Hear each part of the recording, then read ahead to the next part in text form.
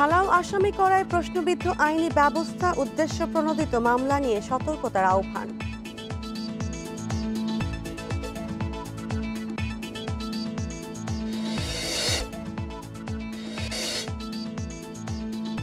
EC পুনর্গঠনের দাবিতে সকালে আগারগাঁয়ে বিক্ষোভ করবে এনসিপি, পক্ষপাতের অভিযোগ।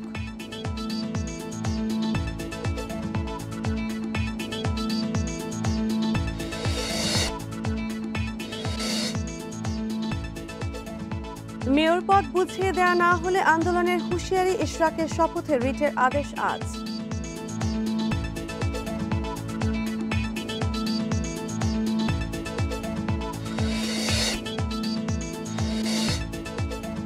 ভারতের নিষেধাজ্ঞায় স্থলবন্দর নিয়ে পণ্য আমদানি ব্যাহত হচ্ছে, ফেরত যাচ্ছে পণ্যবাহী ট্রাক।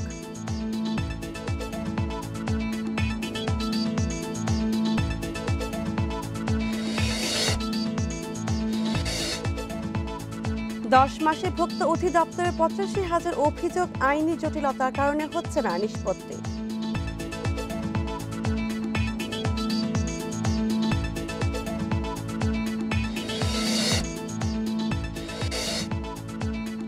কুয়েটে অচল অবস্থায় বিপাকের ১৯ ব্যাচের শিক্ষার্থীরা, ৫.৫ বছরেও শেষ হয়নি স্নাতক ডিগ্রি।